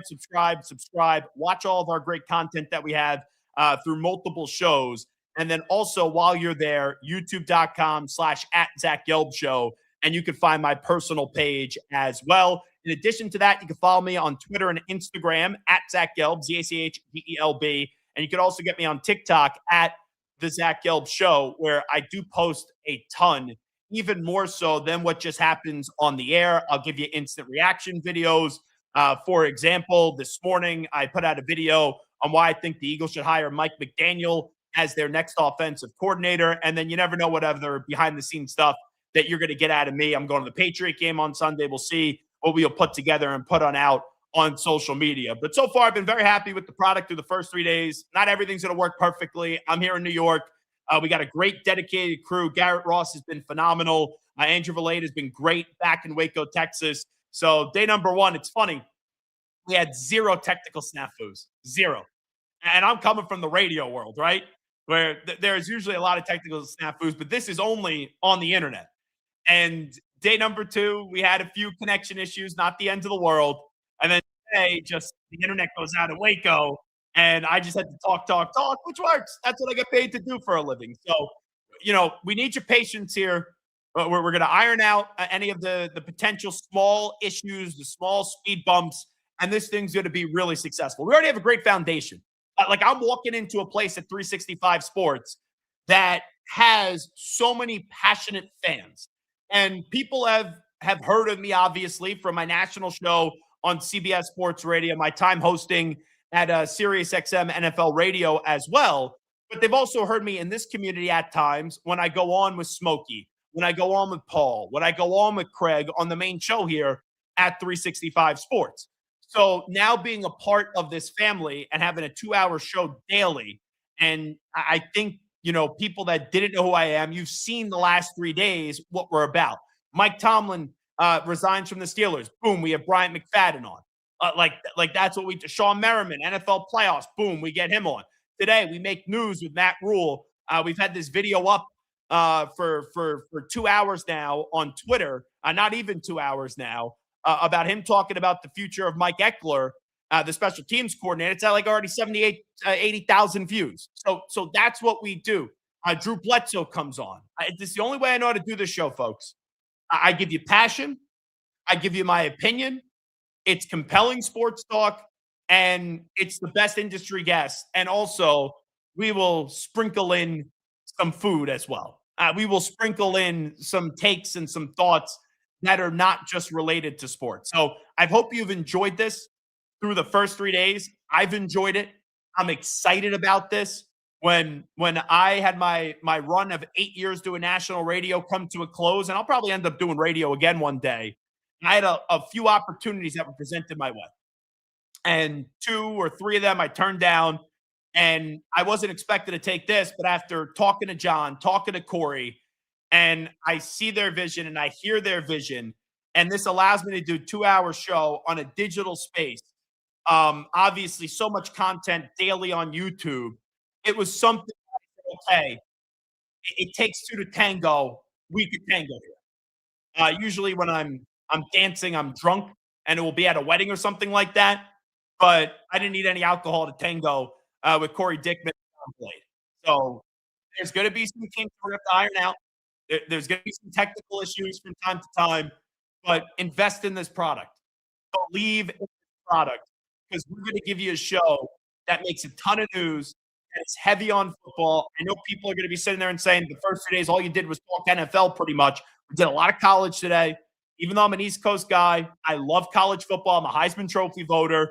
I'm wearing a Nebraska shirt today because Matt Rhule came on with us, and I'm a huge fan of Matt going back to my time as a student at Temple University when he was the head football coach. I do root for Michigan, though, when it comes to college football. I do like the hire of Kyle Whittingham. What a disgrace that was with Sharon Moore. But I love college football. It was my favorite ever since doing the national radio show. And growing up as a kid, college football to me It was USC, Notre Dame. I remember those moments with Boise State beating Oklahoma in the Fiesta Bowl. But locally, as a kid that grew up on Long Island in New York, the one time college football really resonated with the local fan, right? The New York, New Jersey kid was when it was pandemonium in Piscataway, where Rutgers beat Louisville. And being able to really extensively cover college football since 2018-ish and talking to guys like Dan Lanning and Kyle Whittingham and Kalen DeBoer and Ed Orgeron, right? All guys that were involved in college football and having Tua on when he was at Alabama, having also when Mac Jones at Alabama, him on, talking to Heisman Trophy winners. Heck, if you watch the Manti Te'o documentary, you'll see a young Zach Gelb, because my college football goes back to even more before starting. Where I covered in 2018, I covered the Heisman Trophy even before that. And I'm talking to Manti Te'o about his girlfriend that never even existed. So I've been around college football a long time. Right now, we're right in the heart of the NFL. I'm amazed by how Smokey and Craig and how college football all throughout the year. College football to me is a 365-day sport, but how it's heavy driven, meat and potato college football all the time with them. And that's not easy. But with the transfer portal, the free agency stuff, that becomes a very big deal. We will give you a ton of college football content, like we've done today, talking Dante Moore, and also like we've done having Matt Rhule on the show today. Quite frankly, the last few years, and I'm a huge NFL fan, I've enjoyed the college football more so than the professional football. All righty. Anyway, we'll keep it rocking and rolling. We'll keep it moving here. Steve Bisciotti, the owner of the Ravens, he gave one of the more interesting press conferences I've seen in a good way. A lot of times you say the word interesting, it's like, that's not that good. Like, interesting. What's that person doing? But he gave, I thought, a very raw, honest, enjoyable press conference yesterday when it's not easy. And he's talking to the media with John Harbaugh, that has been fired. It's the first time he's addressing the media. And during that, it comes out that Mike Tomlin does resign too. But let's start this off. This is Ravens owner Steve Bisciotti. Tony Dungy, he went on with my buddy Ryan Ripken, Cal Ripken's son. And Ryan Ripken does this show, YouTube show based out of Baltimore. And they had Tony Dungy on. And Tony Dungy was like, basically, hey, Steve Bisciotti, good luck. I'd like to see if you can find the guy that's better than John Harbaugh. And this is Steve Bisciotti, the owner of the Raiders, firing back at a Hall of Fame coach in Tony Dungy. Dungy said, this is a bad decision, and good luck finding someone better than John. I literally wanted to call Tony and say, you remember John 18 years ago? How can you take our success and use it against me while we're out trying to find the next John Harbaugh? That's impossible. So if I hire an offensive coordinator or a defensive coordinator, none of y'all can say anything about his poor record the first time he was a head coach. And so it would be very easy for me to try and avoid those ex-head coaches because they have losing records. But I'm telling you, we are keen to their circumstances, and we won't let their first shot at a job influence us negatively. The coaching community is a tight one, and it's a sensitive one. That being said, Harbaugh, the Ravens to move off. I know Mike Tomlin resigned, but it was way past time for the Steelers to move off of Mike Tomlin, even though that's not the way that it did go down. When the Eagles got rid of Andy Reid, it was time to get rid of Andy Reid. When the Patriots, my Patriots, got rid of Bill Belichick, it was time to get rid of Bill Belichick. So there's a difference in an appreciation for what the person did and what the person built, and then realizing that message is stale or it's time for a new voice to come on in. And the Ravens could see John Harbaugh go to a new home and have a lot of success, and maybe the Ravens don't get it right away. Maybe that's the case. But it doesn't mean the decision to get rid of John Harbaugh was wrong. And I commend Steve Bisciotti for doing the right thing, and now he's got to make another hire, the hire that was made years ago with John Harbaugh, where at the time, like, let's be real, John Harbaugh, Mike Tomlin, who would have thought that they would have lasted almost 2 decades when they were hired? So sometimes you bring in a big name coach, sometimes you bring in a name of a coach that's relatively unknown, but you have Lamar Jackson, and you got to go win Lamar Jackson a Super Bowl with whoever that next coaching hire is. All righty, let's hear talking about Lamar Jackson. This is the Ravens owner, Steve Bisciotti, at the press conference yesterday. What is Lamar Jackson's role? How much input does he have in the hiring process? You did mention that you invited Lamar to come up for the interviews if he wants to the final round of interviews and everything.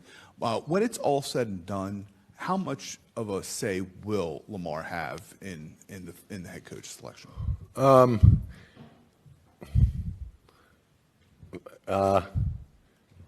A lot of say, but he has no power. I have the power. They have opinions, and I want them all. I care about my players very much, but I can't give them power. I kind of want to just play in the background of that. I got the power. So he'll have input, Lamar Jackson. I do think Lamar Jackson has to. But Shoddy one, he'll hire who he wants to hire. And Lamar's relationship with the Ravens the last few years, I use interesting in a good way. I'll use it now in like a bad way. It's been interesting.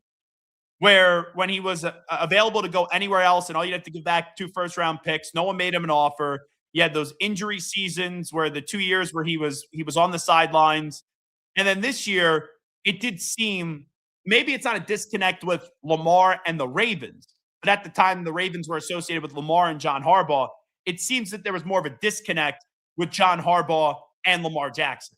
So when you have a disconnect between a coach and a quarterback, 9.9999999 times out of 10, the star quarterback who's won 2 MVPs is going to get the opportunity to redeem himself compared to the coach who was around there forever and did win a Super Bowl. But does Lamar have to love the new head coaching hire? No. He will have input. I'm sure Steve Bisciotti will value that input, but ultimately, it's Bisciotti's call. Let's hear from Steve Bisciotti if Tyler Loop made the kick and Loop wasn't poop up against the Steelers, where the Steelers went on to go to the postseason. They was 7-6 going to the fourth quarter, and then the Texans just unloaded on them, and the final score was 30-6. If Loop makes that kick, Steve Bisciotti, is John Harbaugh still your coach? If Tyler Loop makes that field goal, is John Harbaugh still here coaching this team? For a week. Oh. For a week, okay. That tells you everything. For a week. That's how bad I think that relationship with Lamar Jackson and John Harbaugh.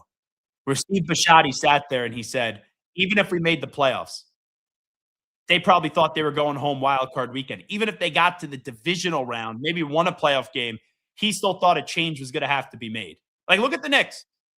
The Knicks with Tom Thibodeau, they got to a Eastern Conference Finals. It was wildly successful for the Knicks, and they thought Tom Thibodeau ran his course, and the relationship ran its course. They fired and they brought in Mike Brown.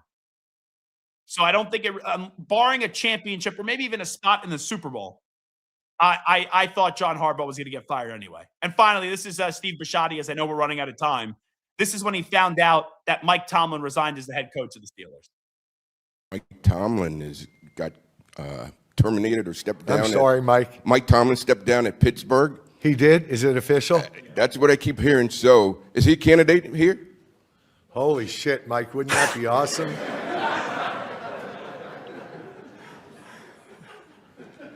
Only if John takes the Pittsburgh job. Wow. Wouldn't that be interesting? I don't know. That thing last week maybe disqualified him from my opening after our kicker missed a kick to let them advance. Good for Mike. Yeah, I don't know. Talk to him.